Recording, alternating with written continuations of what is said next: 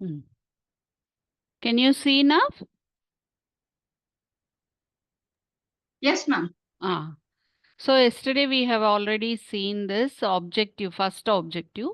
The first a part of the objective, the student teachers will be able to understand the construct of inclusive education. And next we will go to the second part of this objective. So second part is continuing in, if you see the syllabus copy in that objective is only one objective, first objective. Understand the construct of inclusive education and the progression from segregation towards valuing and appreciating diversity in inclusive education. So there are mainly three important terms in this. Progression means, however, you know that nothing but improving, development. So that is from moving ahead from segregation towards the inclusive education, but not just inclusive education. It is of valuing and appreciating the diversity in inclusive education. So we have to move. That is the objective part. So you know what is segregation? Yes or no? You know segregation. We have seen what is segregation.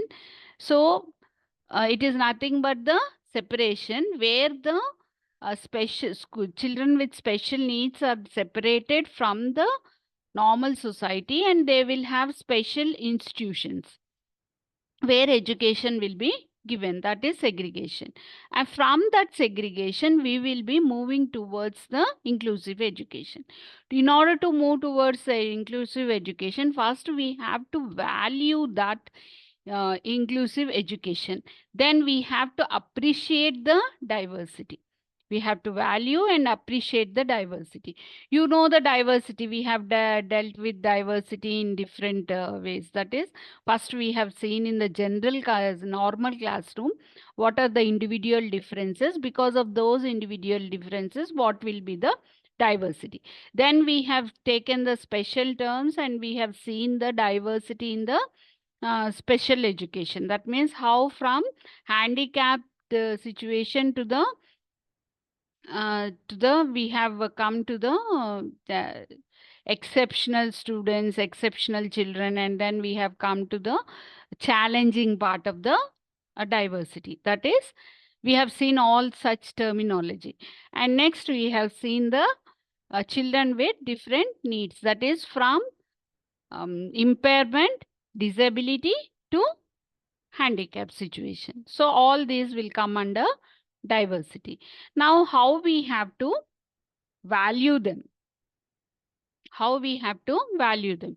First of all, in segregation, how they are segregating the people. So especially that segregation or separations comes from institutions, educational institutions mainly. And next, where they are working, jobs, service, and earning, there also we will find the separation or segregation. And then productivity towards the society.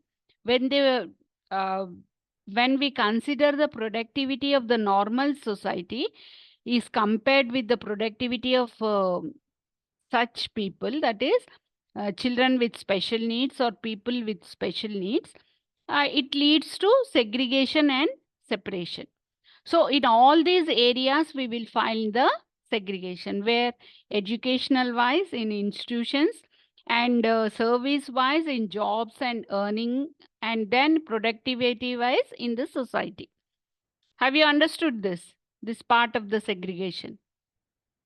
Yes, ma'am. Next one comes the, let's see the diversity. In diversity, we have seen blind, and that means visually challenged, mentally retarded, and physically challenged, intellectually backwards or backward students or challenged students, hearing impaired, emotionally backward, socially maladjusted. All this we have dealt with. All such diversity exists in the society. Now, valuing, when you consider valuing, See, as human being, they are useful to the society. It is our role to make them useful to the society. As humans, we have to treat them well and appreciate them. Life as such, we have to appreciate. And next one, their feelings and their freedom and their choice also we have to take into consideration. That is valuing. Now, the next, till here you have understood, Noma? We'll go to the next slide. Now, can you see this slide? Yes, How ma'am. to Yes, ma'am. value diverse needs. So these are the terms in one objective, yet they have that objective contains so much of the meaning which you have to think over. Next one is how to value such diverse needs. First one mainly regarding terminology. That's why we have dealt with terminology first of all. From handicap to challenging situations. That means first we have see, in order to relieve the stigma related to the terms used in the categorization. We have seen that slide, categorization of children and stigma related to that categorization. Have you seen that? Have you Yes, seen ma'am. That's that slide? Do you remember? Okay. So, such terms from handicapped, they were called as handicapped children. From there to now they are calling them as challenged children, mentally challenged, visually challenged. Like that, they are calling them now physically challenged. So, the terminology should not be a stigma for the people. So, people with like that, we are valuing them. First of all, while categorizing itself, we are giving the value to them. And next one is education. We are trying to include them into the normal society with the normal children, and we are trying to educate them. That is nothing but the inclusive education. That is the way we are, that means in education also, we are considering their diverse needs. Yesterday we have discussed about this. We are considering their diverse needs, and accordingly we are catering the technology or the learning experiences to the students. So that comes under education. Next one, safety. Because they are special students, special education students, safety is very important.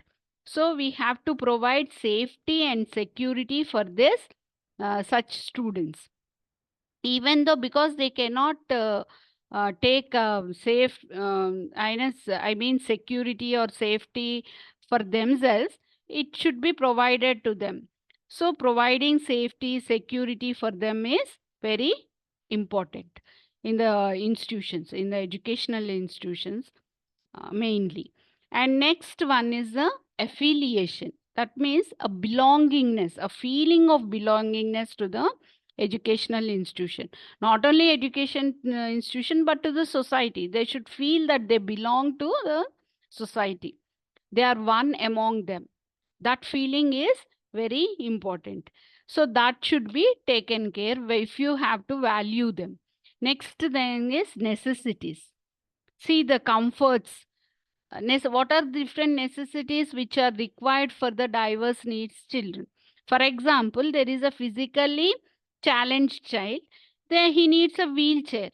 They need special toilets, not the toilets which we use. So such kind of necessities should be provided by the educational institutions or wherever they go. It might be a railway station, airport, or wherever they go, such kind of comfort should be provided, necessities should be provided to the children with special needs. Nowadays, even in places where if you consider temples or different locations, there also they are providing toilets for this special needs people. That has become a special agenda of the government. Next one. Have you understood this? Necessities? Okay. Yes, ma'am. Yes, Mm. ma'am. Even for the B.Ed colleges, you know, there should be a special room for the women to feed their kids when they come to the classrooms. So they should have a separate women classroom, restroom for them. So that is just in on paper. So they have to provide actually. So such necessities for special needs children also should be provided. Next one is intention. So what is the intention of you should give them the make them be capable of being independent. They should become independent, and you should have that intention first of all to make them capable of handling themselves with very minimum external support. External support should be very, very minimum. If need be, only they should be given. And that intention of making them capable of handling themselves, not always giving them support or just giving them support, that is not enough. You have to, your intention itself should be that making them capable of handling themselves. Then only we are valuing them. Whether we are available, teachers are available for them or not, they should be able to handle themselves. It's like parents, parents, you know, they want their children to handle themselves, because in future parents may be available for them or not, but they should have their own independence and they should be able to be capable of handling themselves, isn't it? In the same way, such kind of intention should be there. Then only you will be valuing this diverse needs. Next one, opportunities. So they have to provide opportunities for such diverse needs children or the people. See, not only opportunities, political rights, whichever opportunity is available, you cannot give them. You have to give the opportunities specifically for which they will be capable of using. Such opportunities you should be providing them according to their needs.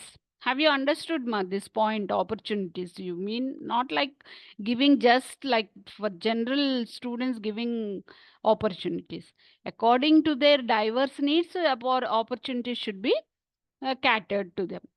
Next one is political rights. They should have the right to vote, right to say anything against the political scenario, for or against the political scenario. So this is the way in which we have to value. When you say just we value the diverse needs of the children, all these should come into your mind. So just one objective will be given for you all, but if you think deeply, so many things are there in that just one objective. Have you understood, ma? Yes, ma'am. So I'll scroll once again from starting. You just go through this objectives. We are going through the, can you see this? Objective 1. Yes, ma'am. Next part of that, objective 1 is continued. Diverse needs. So this is just one objective. Understand the construct of inclusive education and the progression from segregation towards valuing and appreciating diversity in inclusive education. Okay, now we will go for the barriers. Yesterday we have seen the principles, no? Today we will go for the barriers. 1 minute, I will share it.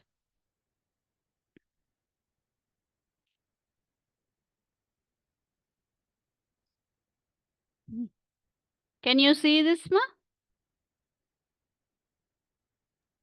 Yes, ma'am. Barriers to inclusive education. Attitudinal barrier, physical barriers, instructional barrier.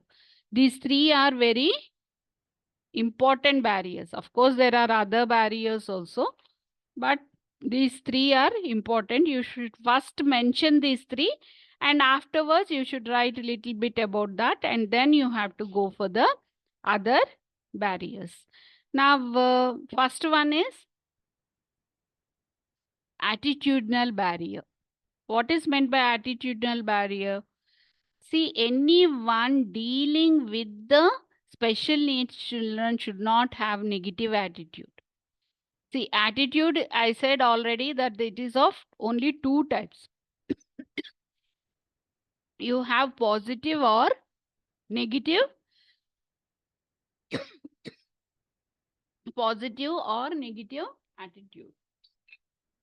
So, here regarding the marginalization, you should have negative attitude. Regarding seclusion or separation, marginalization, you should have negative attitude. But for inclusion, you should have positive attitude.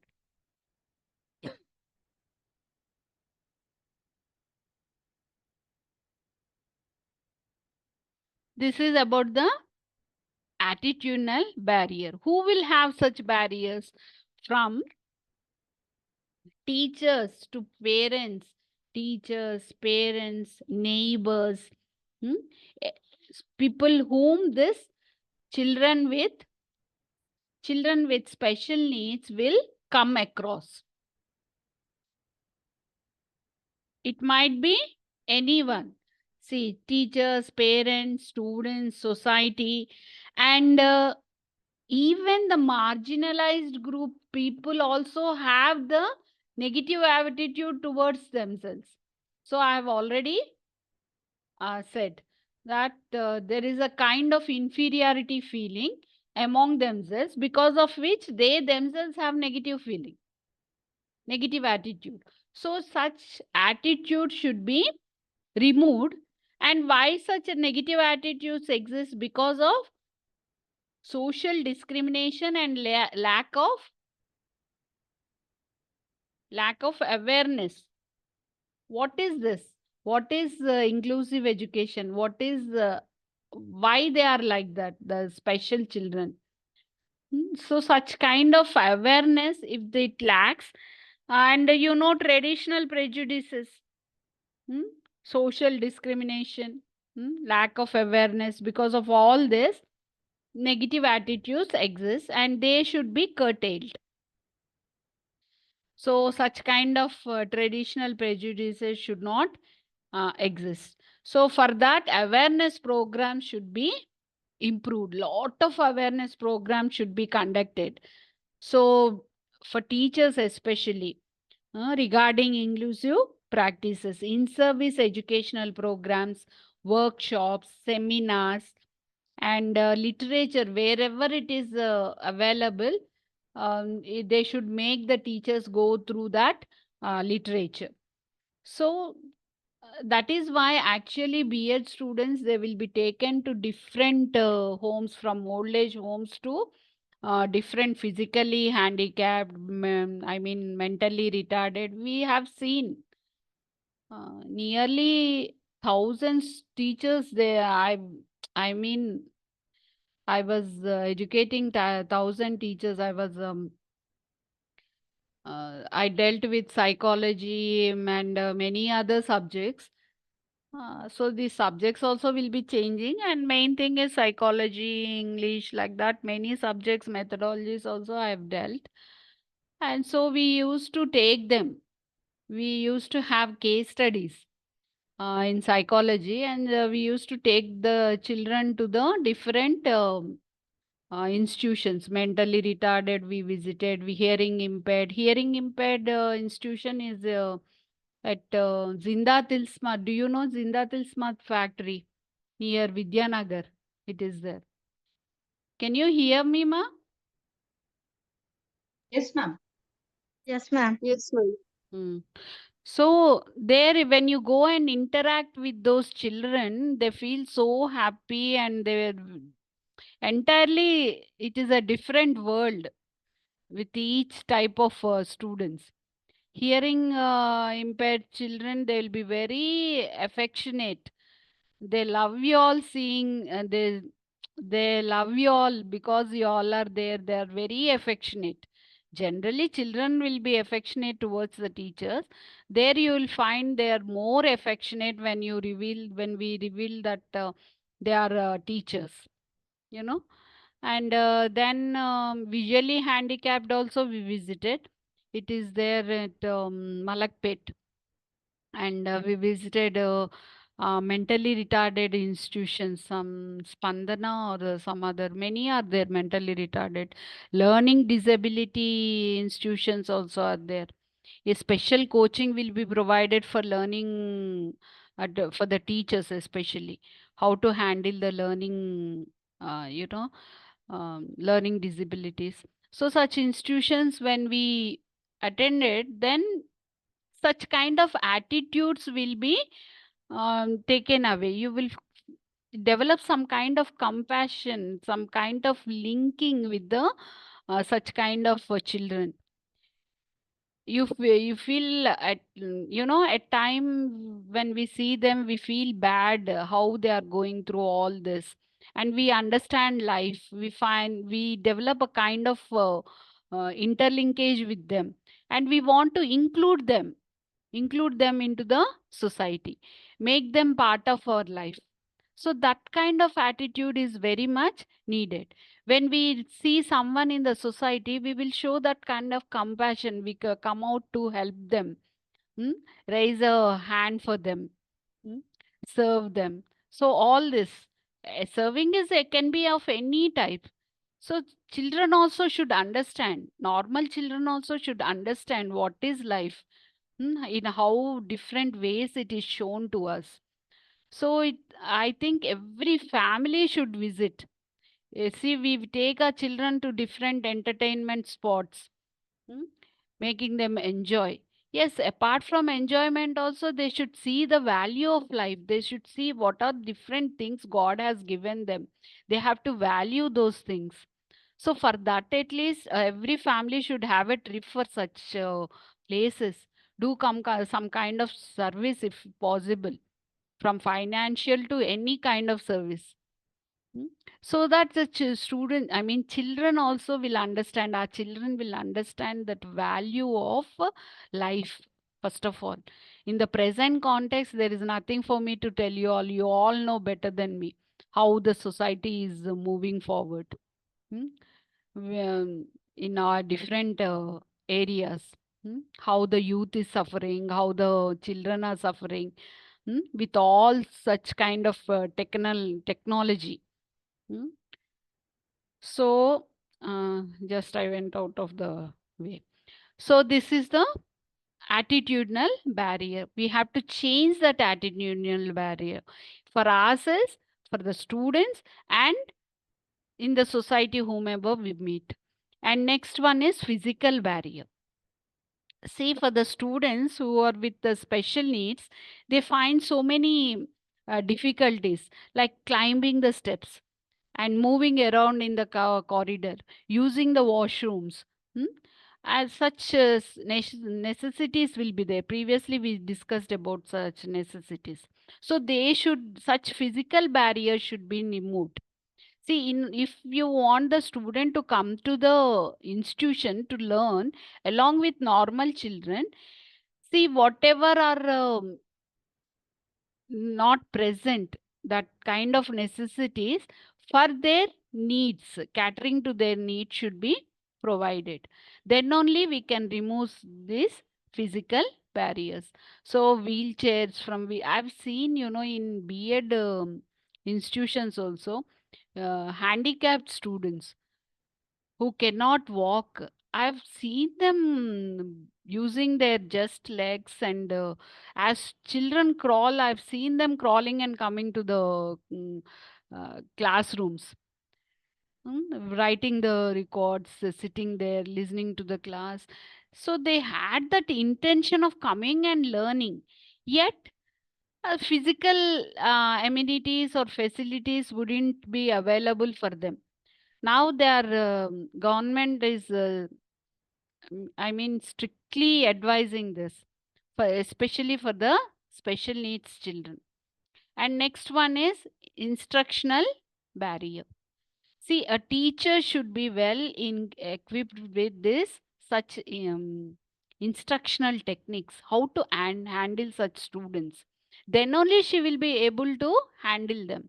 Just like general students or normal students, if you go on teaching them, it won't be of any use for them. See, for the hearing impaired student, if he sits at the back bench, sits or in the front bench, whatever you say, he cannot listen, he cannot understand just by your lip movement. You know, if you go to a hearing impaired institution, they will show you the different facilities, techniques, what they are using. Just one mirror will be available before them, big mirror. Teacher will sit before the mirror, and with the movement of the lips and the fingers, she will show those words in the mirror. Seeing that reflection in the mirror, they will be able to understand the words. There would be, and now also it might be coming now at 1 o'clock. News will be coming for in hearing impaired, especially for hearing impaired.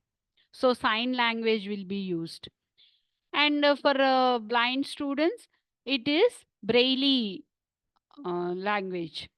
They will use that Braille letters and they will read it. So teacher should first of all know it, and then she has to use it. That becomes the removing the instructional barrier. Have you understood, ma?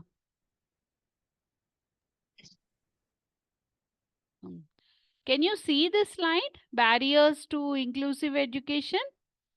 We will go Yes, to ma'am. the next. So these three are main things. You have to change your attitude. First of all, your attitude should be changed. In order to change your attitude only, I'm taking classes because this subject is very, very important. Further in future, you will find such students in your classroom. So seeing that he is visually, you first of all, you should have a right attitude, and then you will go for the other techniques. When you have your attitude, positive attitude, then you will learn the techniques and you will use them. Okay. So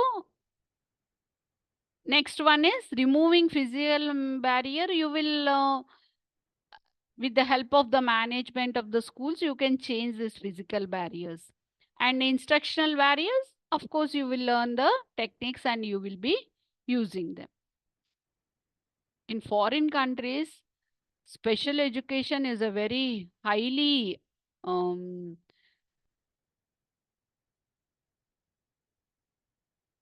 it is in very high demand, highly paid job also. Okay. Now, can you see this? Hurdles to Yes. inclusion. Huh? So these are Yes, ma'am. nothing but apart from those three main barriers, we have this hurdles to inclusion. First one is curriculum. Second one is teachers. See, teachers, if they are not well equipped and well trained, it will be an hurdle. Curriculum also, if you have same curriculum for all the students, it will be difficult.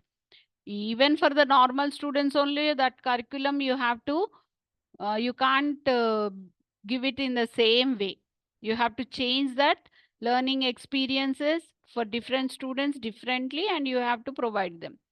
Next one is language and communication. According to the language of the student, you have to, because it is an English medium school, we have to provide only in English only we will be providing. That is not the case. For the special needs student, learning a language might be very difficult. So whichever language he prefers, whatever his mother tongue is, in that mother tongue, we have to provide the language in which he feels comfortable to learn. Next one is socio-economic conditions. So the socio-economic conditions are very, very important. It depends upon the conditions of the special needs student, whether he will come at least up to the institutions or not. Next one is funding. See, even though funding should be from the government, or voluntary organizations, and without funding, nothing can be done. Next one is organization of educational system. Educational system itself should be organized in such a way, it should give more preference to inclusive education. Then only it survives. Next one is policies and programs. So government, of course, there are many policies and programs just on paper. So some of it is being implemented, but still it has to be implemented in order to bring inclusive education. Do you find any special need child in your classrooms? Did you find anyone till now? At least one No. or no? Learning disabilities might be there. If you just go through them, I'll give the hints how to identify learning disability students, that with that you can catch hold of them. Next one is inadequate knowledge. See, particularly teachers should have accurate knowledge about impairment. What is impairment? What is disability? And what is handicap? Impairment is loss of an organ or loss of functioning of an organ. And disability, because of impairment, we get disabilities. So we won't be able to, they won't be able to climb steps or do the normal activities as a person does. And because of disability, it leads to handicap. They cannot come into the society and use the privileges which society has been giving them, or use the opportunities and become an earning member of the family. That is handicap. Handicap is society wise, it is handicap. Disability is personal wise, and impairment is, it is individual wise. That is because of the impairment is loss of functioning of an organ or loss of an organ. Okay, so a disability neighborhood, wherever he stays, it relates to that environment of the person. Handicap is related to the society of the person. So this teacher should have the adequate knowledge about the such terms, and accordingly they should be dealt with. Impairment, you cannot do anything. Doctors have to deal with it. To certain extent, if you become a psychologist, therapy you can consider for disability or handicap therapeutic situations you can create for them. But disability, you can help them. Handicap situations, you can help them. Okay. So these are the hurdles to inclusion. Have you understood, ma? So today we have dealt with, what are the different things we have dealt? Are you there? Are you listening, ma? Yes, ma'am. So Yes, ma'am. today we have dealt with the objective, and then we have seen the barriers. So three main barriers, and then the hurdles. So you may get this barriers and hurdles, and yesterday we have dealt with the principles of inclusive education. Now we have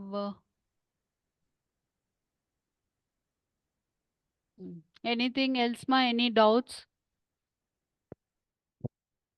Do you have any doubts? Did you understand whatever I said? Yes, ma'am. Yes, ma'am.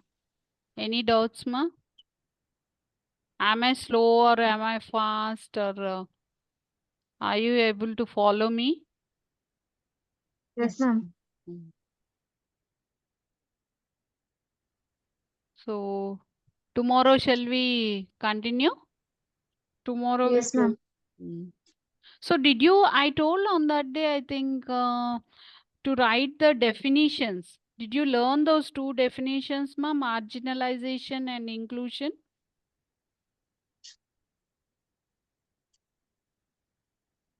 Do you have the books, any kind of books where you find the definitions of marginalization and inclusion?